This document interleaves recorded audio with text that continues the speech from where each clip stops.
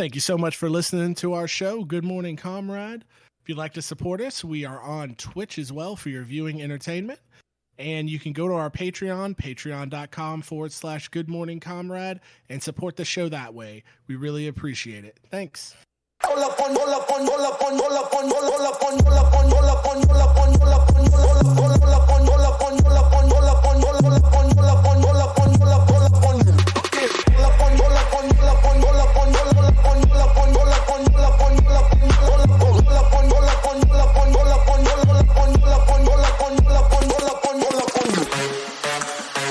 And the idea that I cannot hear you, Jeff. Did you graduate college? No, I did not. And the idea that I'm at work right now and I'm doing the job of two different departments, and my pay is capped because I need to finish my degree before I can hit a certain pay rate is absolutely ridiculous.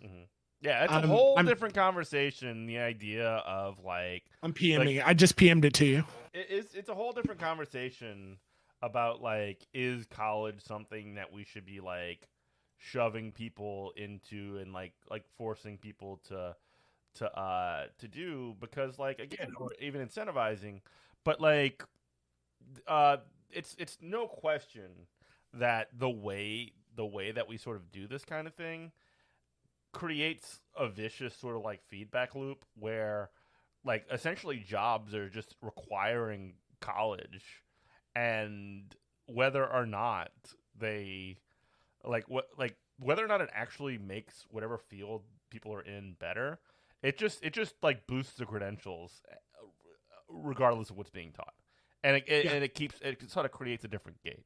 Anyway, here's Dark Brandon.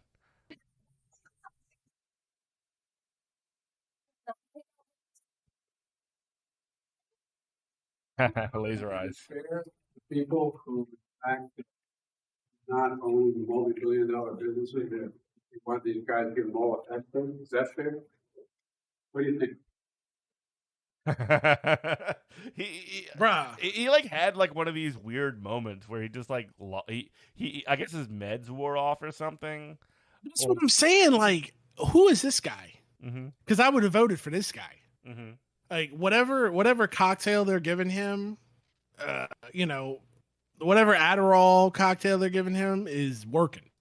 But honestly, like, that's what I do think is happening with him when he has an outburst like that. I think what he really wants to say is, y'all, I'm the senator from MBMA. I've played the game for so long. I did the bare minimum. This is nothing. This is a drop in the hat. And look how I'm playing the game the way you want me to play it. And you're still coming at me like this? Yeah. Like, that's crazy. Like, why? How dare you?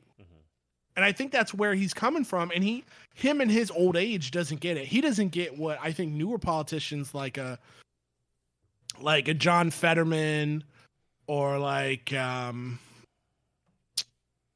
Rashida Tlaib and some of the squad. Elon, yeah, she definitely gets it. Is that look?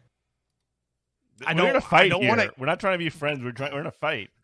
Well, I don't want to kick the ghost of 2016, but this is another reason why Bernie should have won, because if Bernie got it, where he's just a dim sock, a democratic socialist, like the most vanilla flavor of socialist. He's the compromise.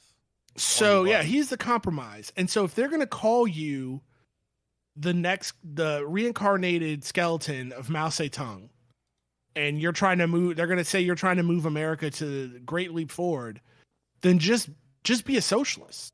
Don't chew around the edges when they're going to hit you with the full hammer. Go for it all, because they're only going to be able to say, they're calling Joe Biden, they're like, oh, this is socialism. Oh, this is this is the most corporate president we've had since Obama. Obama and Clinton. Like, this is how is this guy? But they'll still bring it out anyway. So you're going to get the same attacks. Why don't you just do the thing that the people need? Yeah. Well, because he doesn't want to. Don't worry about it.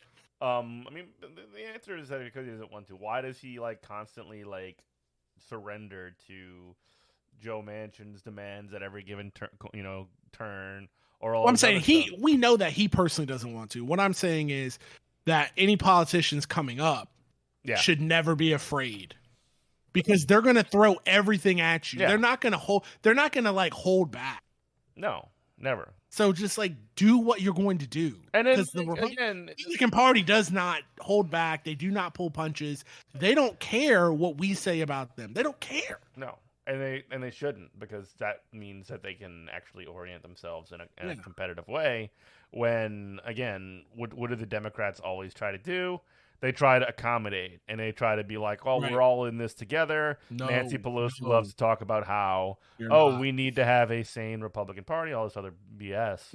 Mm-mm. But anyway, but like I think also it's important for any kind of like any American left, even I mean, again, like Bernie is the compromise, but like the problem that I sometimes see when it comes to like an American left is that like even with like all the flaws that come with a Bernie or whatever, like there are like a lot of folks that are not on the sort of like probably less organized left, or the more sort of like fringy like optically radical left, like want to reject the Bernie thing too. And it's like, I don't know, man, you're kind of like isolating yourself when you do that kind of thing. They are. You know what I mean? We're I don't want to say getting off topic, but it is a completely different thing of just like there's no true leftists. Mhm. And the only left is me. We complain. I complain about this stuff to you all the time, and especially now that you're the chair of the DSA, of just how of the New Orleans DSA, of just how the purity test that people put them through, and well, thank goodness we don't have that there's issue no in New true Orleans leftists right now, at least. Yeah, I bet. Oh, really? No, we really don't. I think that we're right now in the process of like, hey, we're gonna do break light clinics. We'll support people like candidates or whatever when they come up. We want to support Starbucks workers, and that's kind of it. You know, I think that like there's been a considerable vibe shift, at least in New Orleans. That's over the past couple of months. I'm gonna come out to that thing on Saturday. Yeah. I'm gonna try to hit the gym in the morning, and then I've got a work thing to do until like 1 or 2. Well, let me hit station ID, and then we can talk that. about that a little bit. You listen to WHIVLP New Orleans 102.3. This is Good Morning Comrade, goodmorningcomrade.com. This Saturday, what's going on? We have a little barbecue going on with DSA New Orleans, right? I heard. I mean, you're the man. You're in charge of it. Let me know. Yeah, just a little barbecue over at the You're El Jefe. The fountain at City Park. Just check out the DSA New Orleans Twitter at New Orleans DSA for more information on that. We'd love to see people out there. That'd be great.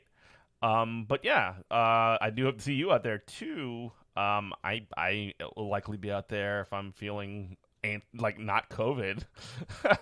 I was really worried about this too, because we have this whole thing coming up, and I'm just like, oh man, I'm testing positive. Like we've been trying to like push for this thing, and yeah. But we're gonna have the grill out there, have some fun, some dogs, some burgers, some vibes.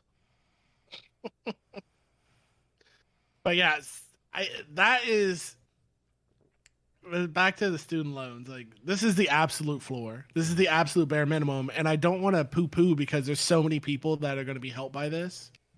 It's a good thing, but again, it's the absolute floor. And look at the heat he's taking. I think you get the picture. The other article, I'm really not interested in reading it now, but the other article is from Politico, and Politico tries to do like the middle of the road kind of a Politico thing. At least liberal, but it's the same heat. Like the article from horse race Politico, politics. Like, who's the winners and the losers in this? Right. Their thing says, opinion: Biden's student loan forgiveness is wrong. Here's how to handle college debt instead. Yeah, just doing. And I'm sure if I read this, they're going to talk about learn to code, drive an Uber, get a side hustle, some garbage like that.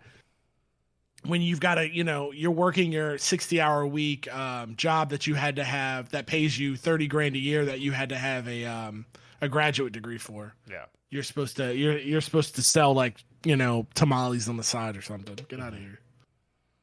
Yeah, well, even the coding thing, like while that was supposed to be like the way out for people that didn't go to college or whatever, like the answer like to that was basically like, oh, we'll just flood the market with coders so we don't have to pay coders because we have so many coders. Exactly. So when everybody knows how to code, nobody like has to pay for a coder. It's I'm so, man, we had this, I mentioned that before. I got caught up in that and I'm so glad it didn't work out for me. Yeah. It was the new ITT tech. Well, can you code?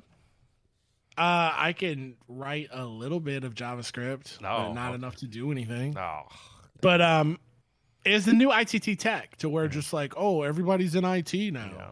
Get your Microsoft certification. This stuff just shifts. It's a shell game, and it just makes the poorest, most desperate people chase the rabbit over here, chase it over there, and all the time you're just going deeper and deeper into debt.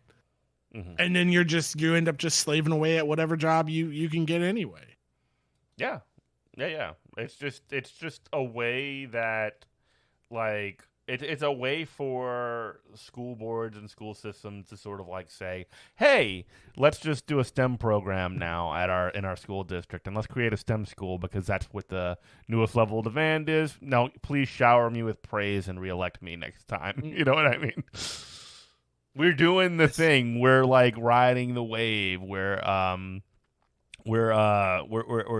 tasting all the fads and doing everything that we can with all of the, like, I don't know. It's the most surface level analysis that you could possibly have. Which again, what do you expect from local level politicians for the most part, right? So I have been at work. One of the things I've been doing, because we want to do outreach to schools, so I've been tracking down fire department. Okay.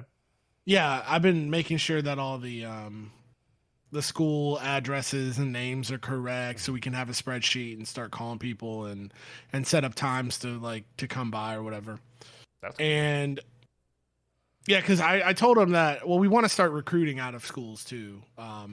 Trade should be doing that too. I mean, like not just where you're working, not just the city, but like the trade union should be doing that as well. Yes. Training programs in the schools. That sounds awesome. No, it would absolutely, we should be doing that. Mm-hmm. But the point of it is, I've been digging around looking at all these. I heard, I'm 41 and don't have any kids, but I've heard that like charter schools aren't it. Like that might not be the thing. But after reading about these schools now that I've been collecting information from, I had no idea how it's awful, nightmare. How devastating the public school system has just been destroyed. You know what the most shocking thing about it is? Actually, the most shocking. They're awful. These schools are like not only awful, but like they're janky. Like they're basically like 90% like advertising and marketing and like 10% everything else. You know what I mean? Yeah. They make you like fill out an application and try to apply to get into the school that if they decide they're not making enough money or they're just doing their job really bad, they just shut down. Yeah. It's literally nothing. You're paying for nothing but a paint job. Wow, dude. I'm like, I cannot believe how our public school system here is just destroyed. It's you know why they did that, right? Man. You know why they did that too, right? It was a scramble. It was almost like ironically, kind of like after Katrina turned into like a scramble for Africa, where all this capital came in and just tried to just hollow the city out. Not just that, they did. It wasn't that they were hollowing nothing out too. There was a very strong teachers union in New Orleans at the time that was by no means perfect. Don't get that part twisted. But like it was a very strong teachers union that had its flaws and its warts and all these other things. The United Teachers of New Orleans, great union, right? When they carved up all these schools and just sold them off, the charter schools essentially, that union it still exists, but it's in a much different state right now. That union was absolutely, completely just kicked right in the teeth and just like literally just carved up and just thrown to the four winds. You know what I mean? Yeah. I mean, I know. You went from a school district that had one big collective bargaining contract with the entire system to essentially having a couple of schools that have a contract. And then And an endless supply of, for lack of a better term, scab labor. Yeah, from I mean, Teach for America- there is no Teach for better America. term. That's the best possible term in a lot of ways.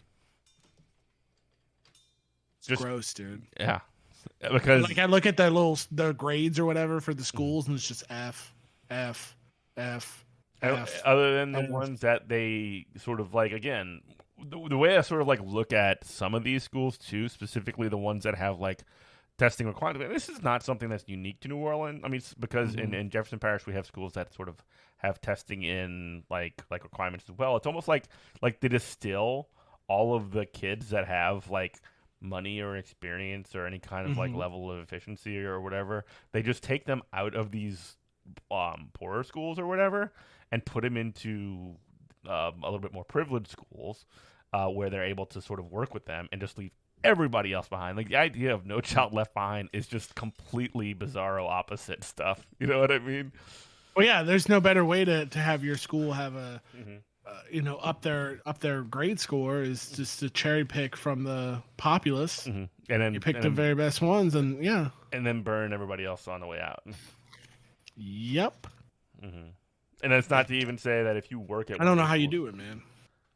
I know you're in Jefferson Parish, but still. No. That happens. That exists in Jefferson Parish as well. Wow. We don't have as much charter schools, but they have sort of like public school situations that allow for that kind of stuff as well. And it's not even to say if you like work at that kind of place that you're a part of the problem, but just sort of like a systemic sort of environmental issue is that if you're going to be judging schools based on how they score on these tests or whatever, and then you're pulling kids out who would likely score very highly on those tests, that's like that's like causing considerable brain drain on those sorts of situations, right? Yeah, I mean, I guess let me ask you this: Speaking of, by the way, we can talk about teachers in a minute. Yeah, please. I was going to change the subject to no, please. This is a good segue. So, speaking of, shouts out to Columbus City Schools, who have just reached, by the way, Columbus Education Association, the CEA. Shouts out to some of my friends over there, actually, who are doing some organizing. They were on strike this week. 4 days, I want to say. Reached a tentative agreement this morning. But the Columbus, Ohio, something good coming from Ohio, imagine that. Columbus Education Association union came to a deal to end their strike. It's like 2 a.m. in the morning this morning. Oh, they did? Yeah. Oh, wow. Yeah. This is a quote from Jennifer Adair, the board president of Columbus City Schools. While details cannot yet be disclosed, the contract recognizes the board's commitment to improving our student outcomes, the essential work of CEA members, and strengthening our learning movements. Hopefully we get more information about this coming in the future. But yeah, successful strike on the part. Okay, so here's the wins. 3% annual raises for 3 years for CEA teachers and educators. A $2,000 per member retention and recruitment bonus. A teacher's salary range that starts at $49,339, which is like ridiculously low. But the top end of the salary range is $107,679, which is like a little bit more serious, I suppose. But you need to be in the system for like 25 years to get that to be the case. 3% raise that would increase pay range to, like I just said, $50,000 to $117,000. 8% raise would increase the pay range to $53,000 to $116,000. And by the end of the 3-year contract, a teacher who last school year was paid the district average salary of $74,000 will be earning more than $91,000, a 23% increase from the start of the contract. Oh my goodness. So if you made $74K last year, you're making $91K now? Is that serious? Yeah. There was also considerations that were taken care of when it comes to fixing air conditioning heating issues. The contracts offer, this is directly from the article, the contract offer states that the Board of Education has contracted and or already committed funds to install air conditioning in every school except for one Mifflin Middle School, which already has central air in about half the school, and is How's that targeted to not be already? replaced by Wow. What is The that? idea that you don't have central air in Yeah. schools in the year of our Lord 2020, Yeah. 2022 is Uh, disgusting. It's targeted to be replaced by a new middle school. So they're basically they're basically closing it already. So the only school that doesn't have central air in the entire school is about to close down anyway. Oof. The person said that the 7 schools in the district was complaining that HVAC projects will be ready to go by Wednesday. 6 other buildings will have HVAC projects completed in mid to late September. 7 schools getting HVAC upgrades, 6 schools where HVAC systems aren't anticipated until September. Blah, blah, blah, blah, blah. Smaller class sizes, paid leave for new parents, more specialists, nurses, 25 more nurses. They will be eligible for CAA membership too, growing and strengthening the union, and more teacher planning time. Wow. You know what? You know what works? When you really are getting problems from your school district and they're not listening to you, you know it works. Going on strike. Seems like it got the goods for this group. Shouts out to CEA for getting all these wins. You love to see it, folks. You love to see it. Withholding your labor is not only the only tool you have, it's also the most effective. The mere threat that you can credibly do it puts you in a strong negotiating position. If you don't have that credible threat for that to happen, then you literally got nothing. You're gonna get raked over the coals and punched in the face. I mean, it just is what's gonna happen all the time. Like if it's not real that you can go on strike, in a school system or whatever your work situation is, you are absolutely in the worst possible bargaining position you could ever be in. You have no leverage. So shouts out to Columbus teachers, Columbus educators, all of them for getting big dub. We love it. We love labor wins. I live for labor wins. I mean, I know the struggle is all that we can rely on.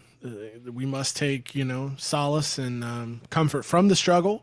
Mm-hmm. But it's nice to have a dub in there every now and then. There is also, by the way, another big strike happening at American University in Washington, D.C. What? Yeah. Aaron, that's Aaron's undergrad. Really? What's going on? They're a dry campus. A dry campus? What is a dry? No alcohol? Can't have no alcohol. That's crazy. That's ridiculous. I know, right? It's wild. Their big claim to fame is they made the final. They made the not Final Four. They made like the tournament once, and then JFK spoke there. But what's going on in American? This is an article from earlier this week, which there have been developments. The strike has commenced, but this is an article from WWNO, NPR. Hundreds of staffers at American University in Washington, D.C. say they are planning to go on strike Monday over complaints of unfair working conditions and low wages. The strike, which is scheduled to last for 5 days, comes after the university and union did not reach an agreement on a new contract that provides employees with better wages and equity pay, according to SEIU Local 500. So shouts out to Big Perp. We love Big Perp. We love Big Perp. Currently, there are 550 staff members at the university, ranging from administrative staff, counselors, advisors, technicians, and coordinators who are represented by Local 500. More than 91% of American University staff voted in favor of the week-long strike, according to the union. Oh, yeah. Quote, almost 2 years of bargaining, after almost 2 years of bargaining, the union has made multiple proposals around wages and equitable pay structures, said Pia Morrison, president of Local 500, in a statement to NPR. The administration's choice to walk away from negotiations and refuse to meet over the weekend gives staff little choice but to strike. And guess what? You know why they went on strike this weekend? Because it's move-in weekend. Smart. That's how you do it. Flex your power, baby. Yeah. SEIU says they're aiming to get raises for staff totaling 9% over 2 years. In addition, the union has also filed unfair labor practice charges against the university. In a statement released Sunday, President Sylvia M. Burwell, university president, has begun negotiation. with Local 500 since last May. Citing agreements were reached on almost all the contract provisions. Well, strike happened, so I mean, maybe not all of them. But shouts out to Local 500. Shouts out to the American University workers. Shout out to, workers just in struggle everywhere. There's one more. Well, there's a lot of labor dubs this week. You ready for the next one? Yeah, these people are really looking for the union label, and they're finding it. Chipotle restaurant in Michigan. This is I love off Chipotle. the presses. This is 7:18 p.m. on Thursday. This is my 54 problematic minutes day. ago. Chipotle restaurant in Michigan votes to unionize in a first for the chain. Chipotle Grill restaurant in Lansing, Michigan became the chain's first location to vote to unionize. Workers at the store voted 11-3 in favor of unionizing under the IBT. Teamsters, baby, organizing Chipotle workers. Aaron would be so proud. According to the tally conducted on Thursday, quote, this is classic union busting talk, by the way.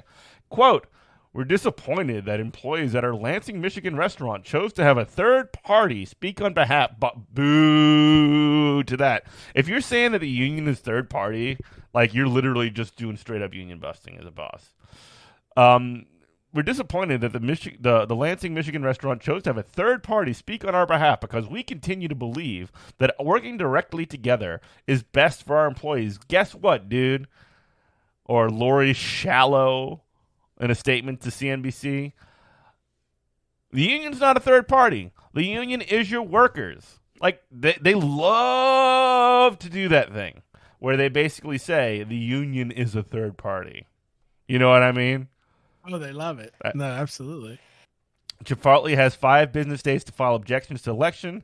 If Chipotle opts not to file any objections, the NLRB regional director will certify the results. They're going to object. They always object.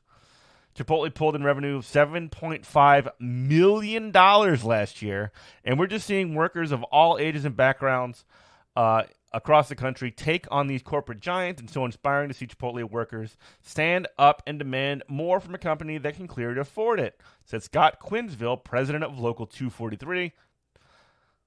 The Teamsters have these workers' backs. They're going to have a union they can be proud of that knows how to get things done. The Teamsters are popping off right now. They've had a change in international union leadership, and there's a possibility that there can be, I mean, they're saber rattling on it right now, but a nationwide UPS strike because the Teamsters represent the Teamsters represent UPS workers, and like part of what O'Malley ran on, the new president, is essentially negotiating hard for a nationwide end of 2-tier labor of UPS workers.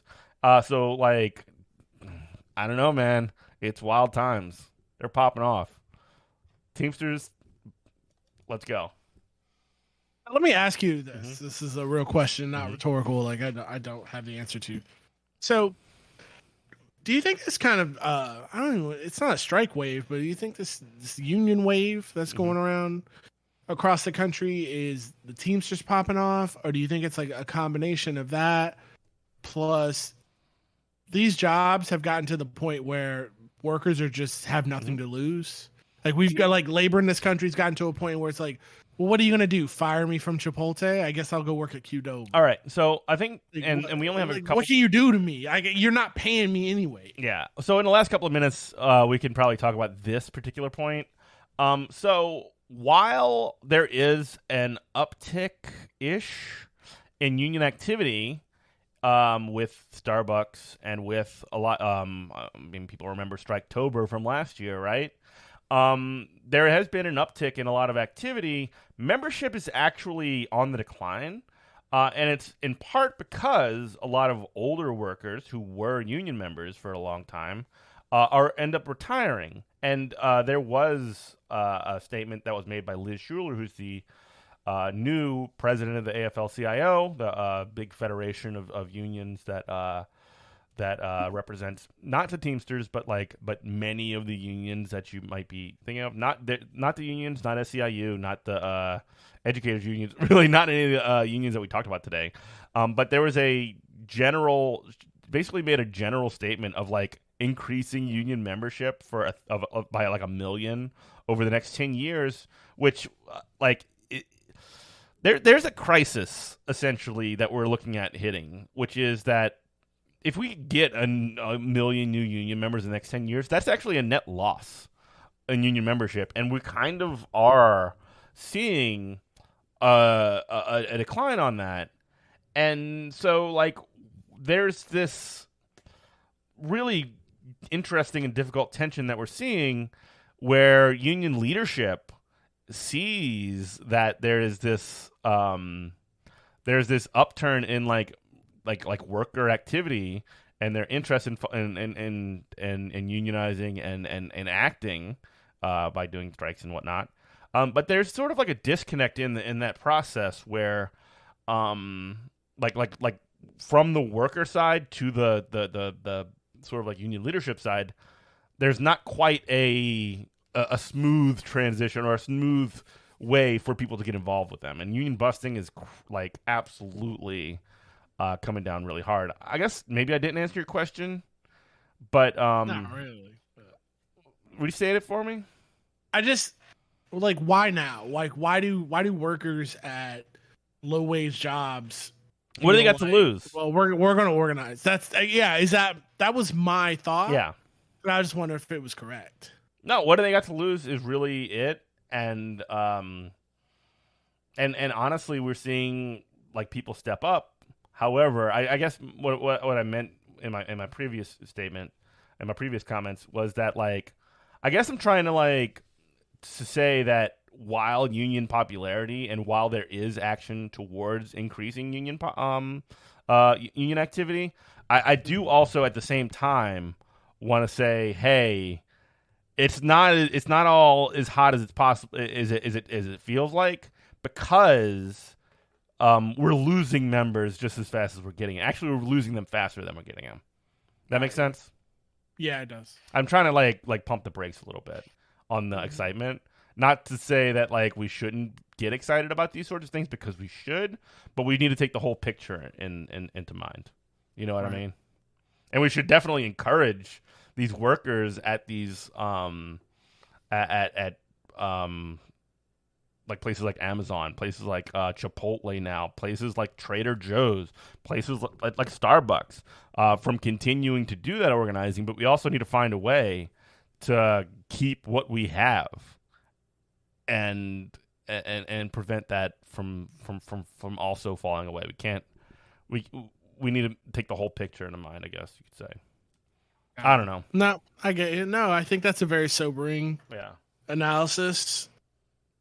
Anyway, we need to wrap up for radio. Yeah, let's wrap up. But you can listen to WHIVLP New Orleans 102.3. You can listen to Good Morning Comrade there. You can also check us out on our website, goodmorningcomrade.com. Robert, anything before we go? Support your local people trying to organize. If somebody's trying to organize in your city, make sure you support them any way you can through mutual aid, and let these companies know that, if they're going to make millions upon millions of dollars, you need to start paying their people a living wage. Yeah, and talk to your coworkers and start a union where you work at too. All right, everybody. We love you. Bye-bye.